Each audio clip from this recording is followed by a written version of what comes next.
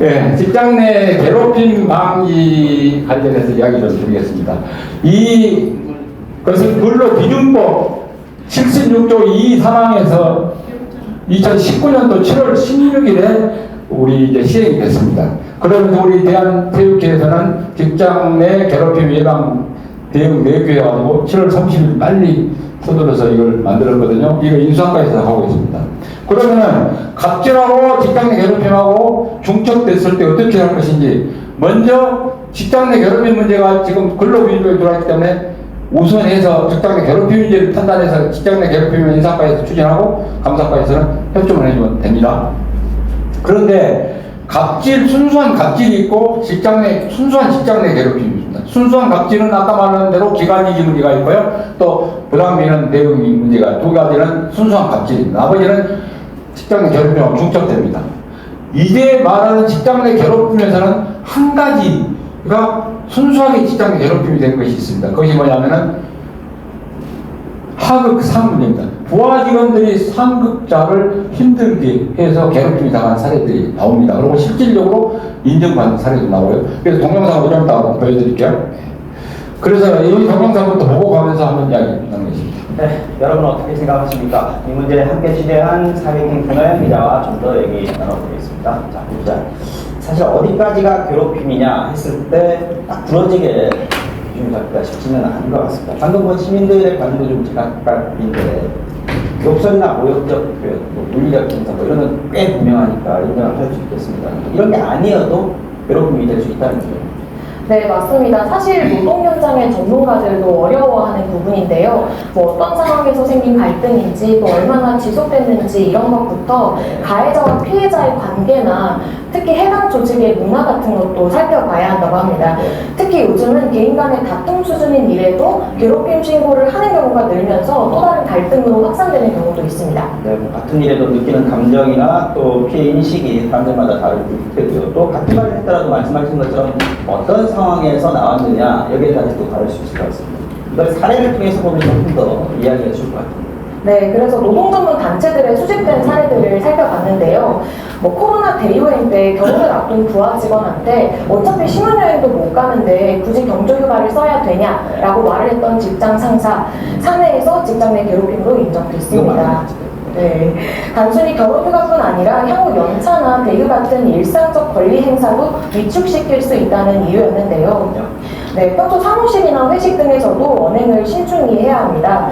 술자리에서 오래된 영화를 모른다고 무식하다, 농담성 핀잔을 준 경우나 책상에 커피가 여러 잔 놓여있다고 방도 이렇게 더럽냐, 부모님이 다 치워주시냐 이런 말 무심결에 뱉었다가 모두 직장 내 괴롭힘으로 인정됩니다. 네.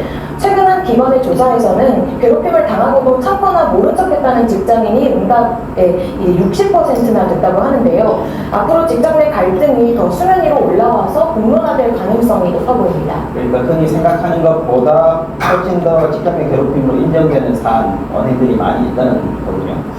직장 내 괴롭힘을 판단하는 기준, 이게 좀 명확하게 있으면 좋을 것 같은데.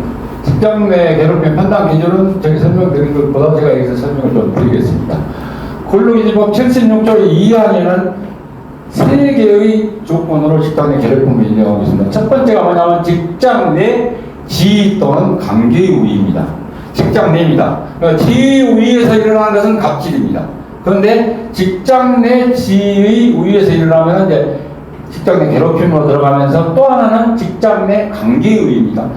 동료들이 전부 한 10명 있는데 7명에서 3명을 왕따시키면서 괴롭힘 당한 것도 직장 내 괴롭힘 당한, 이렇게 동등한 위치에 있는 분들도 직장 내 괴롭힘이 해당될 수 있고요. 또 부하 직원들 10명에서 부서장을 왕따시키고 괴롭힙니다. 그런 사례도 나오는데 좀 이따 영상으로 나옵니다. 그래서 그것도 직장 내 괴롭힘으로 들어간다. 그런데 문제는 직장 내 괴롭힘은 근로기준법에서 규정을 하고 있기 때문에 이 문제가 어디까지 연결되냐면 산재까지 연결됩니다. 그리고 민형사상 손배까지 연결됩니다. 그래서 직장 내 괴롭힘을 근로기준법으로 딱 처벌받거나 문제가 되면은 바로 트라우마 생긴 사람들은 손해배상 청구 다 하게 되고 산재까지 인정하는 사례가 나오거든요. 그래서 그렇게 여러분들이 이해를 하시면 된다는 말씀을 드리고요. 예. 법이 우리 대한체육회 예방 대응 내규에는 적용 보면 직장 내니까 직원들한테 해당되겠죠. 대한체육회 임직원들이 해당됩니다. 직원들이 임원님을 괴롭혀도 직장 내 괴롭힘이 됩니다. 그것도 여러분들이 알고 있어야 되고요. 현역사 직원 포함시킵니다. 그리고 특수 근로자로 계약 맺는 분들까지 이런 분들을 직원이라고 표현해가지고 직장 내 괴롭힘의 적용 범위에 놓고 있습니다. 여기 나와 있는 사례를 한번 잠깐 보면서 다시 보겠습니다. 지난해 노동 분쟁 사건 가운데 집단 분쟁은 감소했지만 개인 분쟁은 직장 내 괴롭힘 사건을 중심으로 크게 늘었는데요. 새로운 노동 관행을 요구하는 MZ세대가 늘어났다는 또 소식입니다. 최명식 기자입니다. 제조업체 생산라인 그룹장인 A씨는 지난해 은퇴를 두고 직원들과 마찰을 빚었습니다. 회사 승인 없이 직원들이 조퇴하거나 외출하는 일이 잦아지자 근무 태도를 문제 삼은 겁니다. 그러자 직원들은 A씨 사임을 촉구하는 피켓 시위와 서명운동을 벌였습니다. A씨는 정신적 압박에 시달려 정신과 치료를 받았고 회사는 직원들의 직장 내 괴롭힘이 있었다고 판단했습니다. 징계를 받은 직원들이 징계가 과도하다며 중앙노동위원회에 구제 신청을 했지만 중노위는 최종적으로 회사 징계가 합당하다고 판정했습니다. 회사 내에서 부하 직원이 상사를 괴롭히는 것도 직장 내 괴롭힘이 될 수 있다는 이례적인 판단이 나온 겁니다. 노동위원회가 지난해 다시 말해서 상사가 직원들한테 조금 더 쓴소리도 할 수 있긴 있습니다. 그런데 쓴소리도 어떻게 보면 또 그 쓴소리가 뭐 직장 내 괴롭힘 갑질로 해당되는데 문제는 준법 투쟁한다고 뭐 정시 출근하고 정시 퇴근하고 그러니까 순서를 좀 했겠죠. 우리 간부가. 그러니까 직원들이 이제 피켓 시위하고 그러다 보니까 이제 트라우마가 생겼어요. 오히려. 그러다 보니까 이제 직장 내 괴롭힘에 상사가 부하들을 직장 내 괴롭힘 당했다고 신고를 한 겁니다. 그러다 보니까 조사해서 징계를 부하 직원들은 때리니까 부하 직원들이 좀 억울하죠. 아니 상사한테 좀 그랬는데 그거 갖고 직장 내 괴롭힘을 하냐고 해서 노동 분쟁이 했는데 결국 패소하고요. 그래서 이 트라우마가 생기니까 이제 무슨 문제가 생기냐면 이 상사의 앞으로 혹시 손배 청구하면 그런 것도 다 지금 해결해 줘야 될 그런 위치에 처하게 됩니다. 그래서 그렇게 해서 근로기준법이 조금 직장 내 괴롭힘 문제가 생기면은 갑질보다는 더 무겁게 처벌받을 수 있다는 것을 여러분들이 좀 알고 계시고요. 네. 천안시 이건 이제 천안시 체육회장 선배들로부터 집단 괴롭힘으로 질병을 앓게 됐다며 제기했던 산업재해 청구가 인정받았습니다. 근로복지공단 대전 업무상 질병판정위원회는 이모 씨가 시 체육회에 입사한 뒤 2년여 동안 직장 선배 5명으로부터 집단 괴롭힘을 당해 공황장애 등을 앓게 됐다며 제기한 산재 신청에 대해서 업무 관련성을 인정해 요양급여 지급을 결정했습니다. 천안시 체육회는 가해자로 지목된 직원 5명에게 정직 1개월에서 3개월을 처분했습니다. 네. 이렇게 되다 보니까요, 그 직원은 결국 퇴사하고 문제는 이제 이렇습니다. 기관 또는 그 행위자들한테 민사소송 할 수 있는 근거가 딱 잡혔어요. 민사소송 하면은 할 수 없이 그 직원들은 또 민사소송 판결에 따라서 보상을 해야 되는 문제까지 생깁니다. 그래서 이런 문제들이 특히 직장 내에서 일어나지 않도록 여러분들은 그럴 일이 없겠습니다만 여러분들은 그래도 대한민국의 스포츠 컨트롤 타워에 계시는 우리 임직원들이기 때문에 단체, 대화단체 그런 데도 이렇게 이런 문제를 꼭 여러분들이 함께 지도를 해주면 좋겠다 하는 말씀을 드립니다. 청탁 금지 제도입니다. 우선 청탁 금지법을 좀 말씀드리겠습니다. 청탁 금지법은 두 가지입니다. 인과관계에 있어서 말로 부탁하는 것입니다.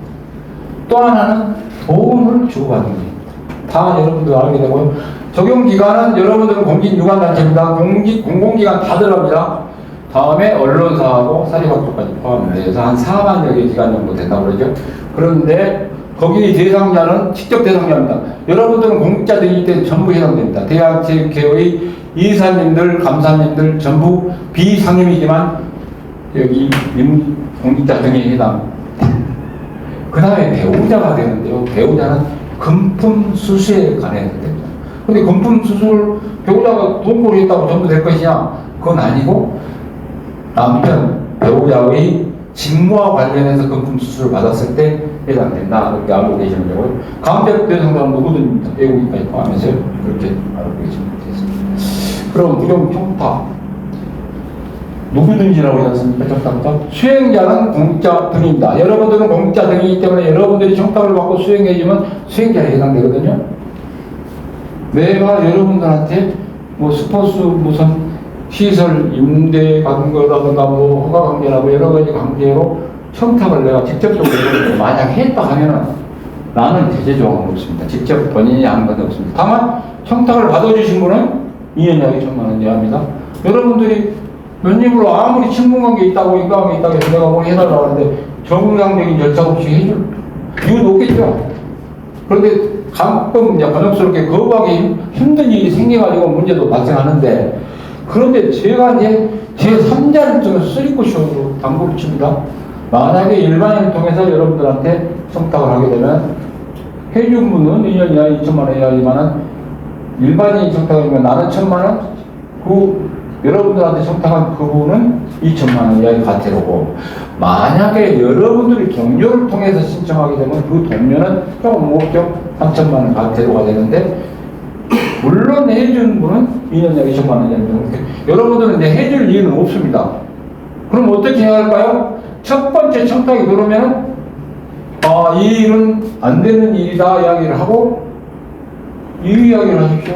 아니 지금 내가 이 일을 해주게 되면 부당한 일인데 내가 옷을 보여야 됩니다. 2년 이하 2천만 원. 난 평생 거기에 살리겠습니까? 누구든 나도 이런 이야기를 듣고 여러분들한테 청탁해볼 일은 없을 것 같다. 그래서 여러분들이 그 부분을 아주 마음속에 딱 담고 여러분들이 그 다음에 대처를 하시고요. 그런데 사람들은 또 모래 빠지면 지푸라로 잡는다고 또 두 번, 세 번 막 청탁 들어온 경우가 생깁니다. 두 번째 들어왔을 때는 신고를 하십시오.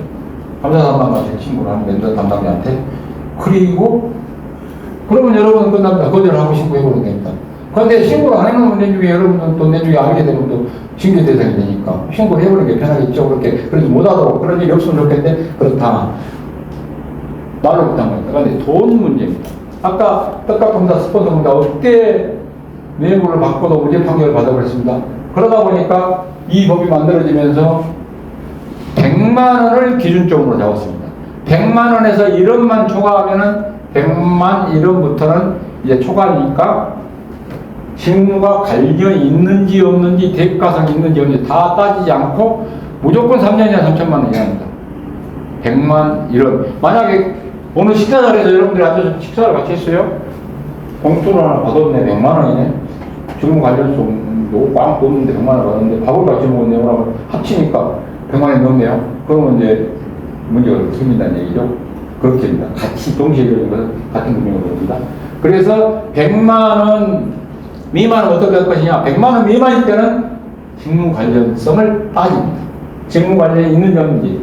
근데 여러분 공짜 정신이 없습니다. 그래서 언젠가는 또 청탁이 들어옵니다. 그래서 이제는 세상에 비밀이 없는 세상이기 때문에 절대 여러분들은 이제 그런 부분은 뭐 전문 MG에서는 칼입니다. 정확히 합니다. 그래서 그런 부분들은 아무리 어려운 일이 있어도 그런 부분은 확실하게 여러분들이 듣고 나가면 되겠다는 생각이 드는데, 비밀이 없는 세상이라서 여기다 또 하나 하고 갈게요. 자, 여러분들 지금 옛날에는 도로 정보도 없어 다 빠져나왔으면 모르니까 지금은 MBC가 다 알고 있습니다. 그리고 또 MBC라니까 또 MBC 방송국을 이야기하는 거냐고 어떤 분은 그 이야기 하더라고요. KBS도 있고 SBS도 있고 또 종편도 많이 있잖아요. 그 MBC가 아니라 M, 마우스, G입니다. 반말은 지가 듣는다는, 여러분 속담 아니죠? B 뭡니까? 버드 새입니다. 낱말은 새가 된다. 그러니까 반말은 지가 듣고 낱말은 새가 되니까 비밀 없는 세상이라는 말을 속담에서 그렇게 만들어 놨습니다. 미국에도 외국에도 속담이 있죠. 벽에도 귀가 있다는 말도 있지 않습니까? 그런데 그래서 소문이 딱 나니까 시민단체로도 고발이 들어갑니다. 조사를 해보니까 법꾸라지들이 많아갖고 증거가 없어서 쫙쫙 다 빠져나왔어요. 옛날에는. 지금은 꼼짝 말하고 있습니다. 시가 있습니다. 행운권이 많이 나와서 또 여기 돌발기지를 하나 내겠습니다. 휴! 누가 그랬습니까? 아, 좋습니다. CCTV가 전국 범인 검거율이 75%를 차지한답니다. 시는 더블 시니까 또 시가 있는데 혹시 또 시 아시는 분 계시나요? 또 시. 여러분 손안에 다음 누가 궁금한 분 하겠습니까? 네? 카드. 여러분의 손안에 가는 컴퓨터 하나씩 다 가지고 있습니다. 컴퓨터 다 치인데 여러분의 손안에 든 컴퓨터입니다. 그래서 지금은 법이 뭐 문제 생기면 압수수색으로 핸드폰입니다. 핸드폰 속에가 자기 잘못한 것도 들었고 상대방 잘못한 것도 들었고 세 개가 네트워크 공유로 연결돼서 비밀이 다 연결됐습니다. 근데 포렌식에서 다 잡아내지 않습니까? 뭐 기소만 한 것까지 어떻게 잡아냈더라고요. 그러니까 그래서 비밀은 세상에 난 것을 여러분들이 항상 염두에 두고 이제는 이런 데서 멀어지자. 그럼 돈이 나도 모르게 내 책상에다 봉투를 딱 놔두고 가버렸네. 어떻게 해야 할까요? 직무 관련 있으면 단 10,000원이라도 안 되니까 바로 신고를 감사사항으로 하면 됩니다. 근데 돈은 돌려줘야 됩니다. 돌려줄 사람이 없네? 감사사항을 맡겨면 됩니다. 왜냐면은 책상 속에 넣어놓고 2년 왔다가 기다리다 보면 한참 있다가 내중에 엉뚱한 일이 터지잖아요. 그동안에 가지고 있었으니까. 그랬을 때 또 번역스러운 일이 생깁니다. 그래서 즉각 감사사항을 신고하고 해버리면 됩니다. 돌려줄 수 있으면 바로 돌려주고요. 그럼 신고하면 됩니다. 그렇게 해서 여러분들이 슬기롭게 대처하시기 바랍니다. 네. 그런데 거기서 눈물이 있습니다. 8가지 허영국품 사례가 있습니다. 이 사례는 여러분들이 그 유인물을 드렸는데요. 한번 읽으면 다 아는 사안인데 여기서 2가지만 꼭 짚고 넘어가겠습니다. 원활한 직무 수행을 위한 사교 의료 부조 목적. 이것은 다음에 자세히 나오니까 설명하기로 하고 그 밑에 공직자 등의 친족이 제공하는 금품. 여러분들이 공직자들인데 친족들한테서 주고받은 돈은 아무리 많이 했어도 아무 문제가 없습니다. 다만 민법 77조에서 말하는 친족은 내 핏줄로 8촌이고요. 애가 핏줄로 8촌입니다. 상당히 많죠. 결혼으로 맺어진 관계는 4촌까지입니다. 그 관계는 동거리가 자유롭다. 그렇게 이제 알고 계시면 되겠습니다. 예, 원활한 직무수행 목적, 사교로 부조 목적인데요. 예를 들어 13일 음식입니다. 3만원입니다. 그런데 이런 일이 가끔 생기더라고요. 10명에서 뭐 회식하고 왔어요. 30몇만 원이 나와버렸어요. 그래서 좀 어설프잖아요. 그래서 32만 원 나왔으면 2만 원 사실 10명에서 2천원에서 별치표를 하고 합의만 끊으면 되는데 또 어떤 데로 또 한 명 더 넣어가지고 이렇게 하다 보니까 내년에 또 감사하게 지적받는 사람도 나오고 그러더라고요. 그런데 또 하나 있습니다. 식사를 하고 요즘은 다 커피타임에 갔습니다. 10명에서 커피 가서 5만 원 먹었습니다. 그럼 식사는 30만 원이 관계없고 5만 원 별도라고 생각하시면 안 되고 연소청사에 있는 것은 한 금액으로 봅니다. 그래서 그런 부분에서 커피 마신 것은 별치표를 해야 된다. 공고문을 썼다가 내중에 감사하게 지적받는 사례가 나오더라고요. 네, 그렇게 참고로 알고 계시고요. 선물은 5만 원까지입니다. 그 대신 농축수산물은 종전은 5만 원에다 10만 원 올랐는데 다시 금년 1월달 또 15만 원 올랐습니다. 그리고 명절 때는 30만 원까지 올랐습니다. 이 문제는 다음 Q&A에서 자세히 좀 설명드릴게요. 가장 궁금한 게 이게 나하고 관련돼서 이걸 해도 되냐 안 해도 되냐 언제 얼마까지 해야 되냐 그런 것을 자꾸 질문 많이 하더라고요. 그래서 자세히 좀 설명드릴게요. 여러분들은 준비하세요. 다음에 경조사록입니다. 5만 원까지고 하완 5만 원입니다. 두 개 플러스해서 하완만 10만 원이냐 그것도 아닙니다. 금액만 10만 원이 아니고 하완까지도 5만 원 상한선, 돈도 5만 원 상한입니다. 서로 각각 분리해서 10만 원까지다. 그렇게 여러분들 알고 계시고요. 다만 여러분들이 이렇습니다. 공직자들한테 주고받는 건 전부 여기에 해당됩니다. 여러분들이 일반인이나 공직자 아닌 사람한테 주는 것은 아무 해당이 없습니다. 일반인이 여러분들한테 주는 것은 또 다 해당됩니다. 공직자 등이니까요. 그렇게 분류합니다. 여러분들이 그러니까 주는 것은 마음대로 공직자 아닌 사람들은 마음대로 줄 수 있습니다. 네. 친구들한테 선물할 때 공직자가 아니라면 아무 문제가 없습니다. 그런데 공직자가 여러분이 또 일반인한테 주는 겁니다. 일반인한테 주는 건데 아무 관계, 여러분들이 주는 것은 아무 관계 없습니다. 그런데 일반인이 여러분한테 주는 것은 해당된다 얘기입니다. 공직자끼리 주는 것도 마찬가지고요. 네. 그 다음에 명절 때 있잖아요. 업무 담당자한테 감사의미로 이렇게 주고받는데 원활한 직무, 사교육으로 부조 목적으로 가능하겠는데 여기서는 안 된다고 하네. 어떤 때 안 되냐면요. 이해관계가 있는 경우입니다. 다시 말해서 그 선물을 주고받았는데 거기에 따른 대가성이 존재해버리면 안 됩니다. 그러니까 아무 무관할 때는 사교육으로 그런 목적으로 인정을 합니다. 그런데 윤호가라든가 뭐 둘이 뭐 한 일이 있었는데 이런 걸 주고받았을 때는 거기에 문제되니까 그것만 자기들이 피하면 됩니다. 그러는 관계없다. 또 공직자인 친척입니다.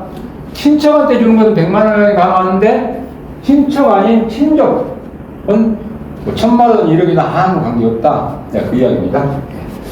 그 다음에 직무 관련 공직자 간에 주고받는 것. 이게 다시 말해서 직무 시행할 때 사교, 의뢰, 부족의 목적으로 주는 거니까 5만 원이고 또 농축선물은 15만 원까지인데 명절 때는 30만 원까지입니다. 곧 이제 9월달, 10월달 되면 추석 명절 오는데 추석 명절 때 30일간입니다. 추석 날을 기준으로 앞으로 24일, 뒤로 5일까지 그 안에 여러분들이 혹시 선물하거나 했을 때는 30만 원 농축 선물까지 가능하다. 그렇게 여러분 알고 계시고요. 이 다음에 상품권 문제가 있습니다.